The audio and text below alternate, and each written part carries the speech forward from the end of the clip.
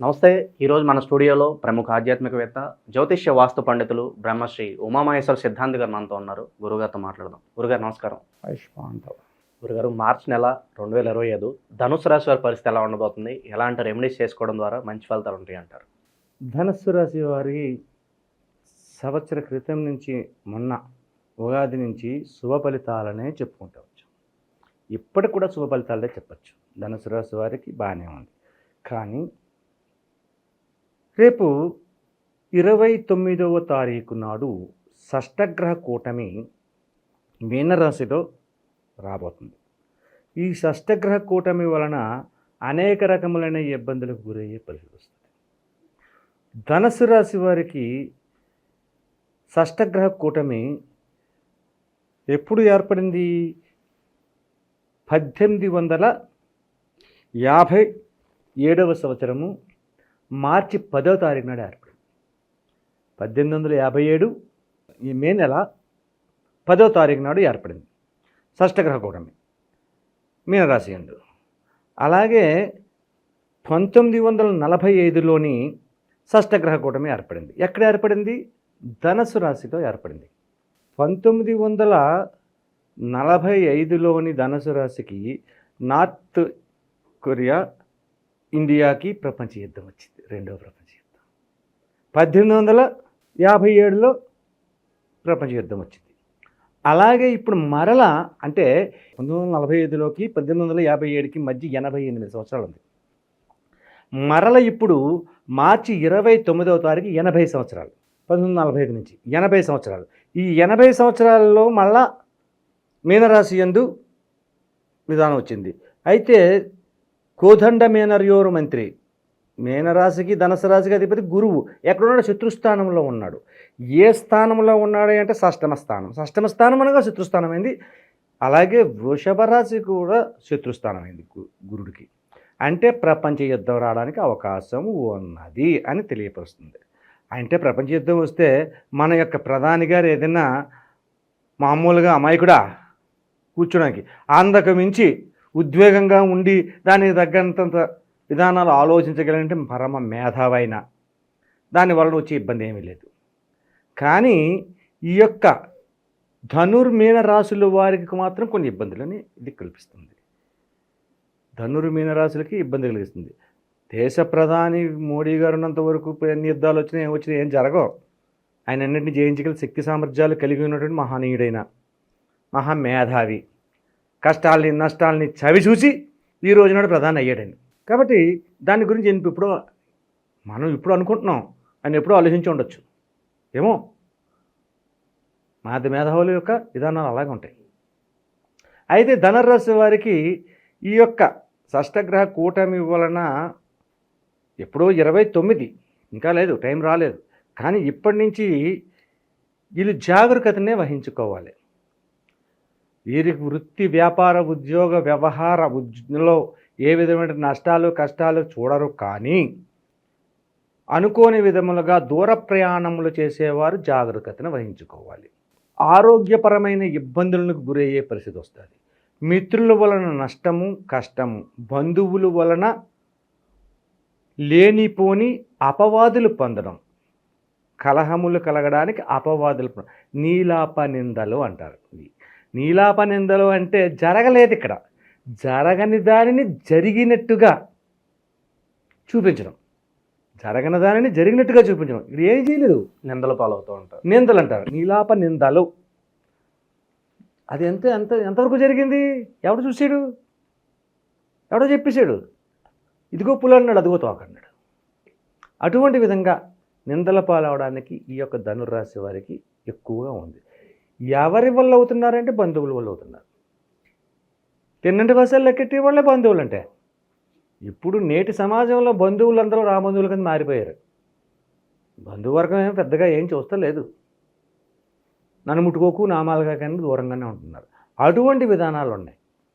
అయితే ఇందులోని ఉద్యోగ రంగంలో వరకు, వృత్తి రంగంలోని, వ్యాపార రంగంలో ఉన్న వరకు ఏ విధమైన ఎన్ని బాధలు ఉన్నా, ఎన్ని అపవాదులు వచ్చినా ఈ వ్యాపారాలు బాగానే సాగుతున్నాయి. ఎక్కడా నష్టదాయకమైన పరిస్థితుల్లో లేరు. విద్యారంగాన్ని తీసుకోవాలి. ఇక్కడ ఎందుకు విద్యారంగాన్ని తీసుకోవాలి? కుజుని దృష్టి ఈ ధనుర్రాశి మీద పడి ఉంది. ధనుర్రాశి మీద పడిన కుజుడికి ఏ స్థానంలో అంటే వృషభ రాశిలో గురువు సంచారం జరుగుతుంది. కుజుడు కేతువుని చూస్తున్నాడు. తర్వాత ధనుర్రాశిని చూస్తున్నాడు. మకర రాశిని కూడా చూస్తున్నాడు అనుకో, అది ఇందాక చెప్పేసుకున్నాం. ఈ యొక్క విధానంలో ఉన్నప్పుడు ఏం చేయాలంటే విద్యా విధానంలో యోగదాయకమైన స్థితిని పొందాలంటే కుజితత్వ విధానాన్ని పాటించుకోవాలి. ధనుర్రాశి వారు గురుడు కుజుడికి శత్రువు కాదు, మిత్రుడే. యోగదాయకమైన స్థితిని కలిగించారు. విద్యుత్కాంత సమప్రభం అనేది ఒక మంత్రం ఉంటుంది, కుజి మంత్రం. ఆ మంత్రాన్ని జపించుకుంటా కుజునికి కొద్దిగా ఎవరికైనా ఒక మంగళవారం గురువారం కందులు దానం చేసుకుంటే అది యోగదాయకమైన పరిస్థితి వస్తుంది. విద్యావంతులు విద్య ఆధిక్యతను పొంది విదేశ గమనములకు పోయే విధానాన్ని సంప్రాప్తమవుతుంది. విదేశాలకి వెళ్ళాలి, విదేశాల్లో చదవాలి, విదేశాల్లో ఉద్యోగాలు చేయాలి. ఈ అన్నిటికీ కారణమైనటువంటి గురు కుజ రాహువులు కాబట్టి వీళ్ళని మనం ఆచరించాలి. ఆచరణ విధానంలో చేసుకుంటే విద్యారంగంలో ఉన్న వ్యక్తులు ఎవరైనా సరే యోగదాయకమైన స్థితిని పొందుతారు. ఇక 60 సంవత్సరముల వయసు దాటి వృద్ధాప్య విధానాల్లో ఉన్న వ్యక్తుల యొక్క విధానాలు ఏ రకంగా ఉంటుందన్నది ఈ రాశిలోనే మనం చూసుకోవాలి. రేపు 29వ తారీఖు వచ్చే లోపులు, 29వ కాదు 30వ తారీఖు నాడు ఉగాది వస్తుంది ప్రారంభం కాబట్టి 30వ తారీఖు వరకు కూడా ఈ యొక్క పెద్ద వయసు వారు మాత్రం అత్యంత జాగరూకతని వ్యవహారంగా తీసుకోవాలి. ఎట్టి పరిస్థితుల్లోనూ అజాగ్రత్త పడకూడదు. చిన్నదేనా వచ్చినా కూడా ఔషధ సేవలు చేయడము, వైద్యుల యొక్క సలహాలను పాటించడం అనేది చేయాలి. అటువంటి విధానాన్ని పెద్ద వయసు వారికి ఉంది. అలాగే గర్భిణీ స్త్రీలు ఉంటారు, చెప్పలేం, గర్భిణీ స్త్రీలు ఉంటారు. ఆ గర్భిణీ స్త్రీల యొక్క విధానాల్లో కూడా యోగదాయకమైన స్థితిని కలిగించాలంటే ఈ యొక్క కుజుని యొక్క సంప్రాప్తి కలగాలి అంటే కుజునికి ఈ యొక్క కందులు దానం చేయడము, లేకపోతే ఒక దోసెడు కందులను తీసుకుని వెళ్ళి జల సంప్రోక్షణ చేయడం, నదిలో వదిలిపెట్టడం, అటువంటి చెయ్యాలి. ఒక మంగళవారం ఒక గురువారం అలా చేస్తే చాలు. ఈ రకంగా చేస్తే ఈ ధనుర్రాశి వారికి యోగదాయకమైన పరిస్థితులు పొందుతారు. అలాగే శత్రు విధానాలు అంటే బంధువుల వలన వచ్చే నీలాప నిందలు కూడా ఈ యొక్క కందుల ద్వారా దోష నివారణ జరుగుతుంది. అలాగే ఈ యొక్క ధనుర్రాశి వారి కూడా కనకదుర్గాదేవి ఆలయాన్ని సందర్శించండి. లేదా మనకు దగ్గరలో హైదరాబాద్కు దగ్గరలో ఉన్న వరంగల్ మహాకాళి భద్రకాళి దేవి ఆలయాన్ని సందర్శించండి. లేదా సికింద్రాబాద్లో ఉజ్జయిని మహాకాళి ఆలయాన్ని సందర్శించండి. అలాగే ఈ యొక్క ధనుర్రాశి వారు దుర్గా ఆరాధన చేయడం వల్ల అనేక రకమైనటువంటి శుభదాయకమైన ఫలితములు.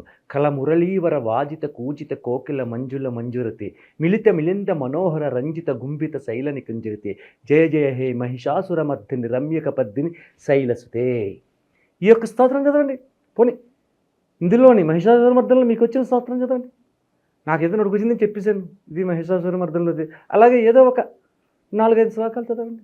ఉదయాన్నే లేవండి, లేచిన తర్వాత అమ్మవారిని స్తుతించండి, ఆరావళి కుంకుమలు ధరించండి, వెళ్ళి శివాభిషేకాన్ని చేయించడమో శివుని దర్శనం చేసుకోవడం చేయండి, అమ్మవారిని దర్శనం చేయించండి. శుభ్రంగా మీకు ఓపిక ఉన్నంత మటుకి క్షీరాన్నం లేకపోతే చక్కెర పొంగలి నివేదన చేసి ఒక 100 మందికి అక్కర్లేదు, 4-5 ప్రసాదంగా స్వీకరించి అది కూడా మీరు తినండి, కొంచెం తీసుకోండి, మీ కుటుంబ సభ్యులకి ఇవ్వండి. సంతోషకరమైన విధానాన్ని, ఆనందకరమైన జీవితాన్ని పొందడమే కాకుండా అష్టైశ్వర్య ఆయుర ఆరోగ్య ఐశ్వర్యాలు కూడా ఈ యొక్క రాశి వారికి సంప్రాప్తమవుతుందని చెప్పి ఇటుకు చాలా సంతోషాన్ని తెలియవలసింది. మార్చి నెలలో ధనుసు రాశి వారికి ఎలాంటి ఫలితాలు ఉంటాయి, ఎలాంటి రెమెడీస్ చేసుకోవాలి, మీ మాటల్లో చాలా చక్కగా వివరించారు గురుగారు. ధన్యవాదాలు. ఆయుష్మాన్ భవ.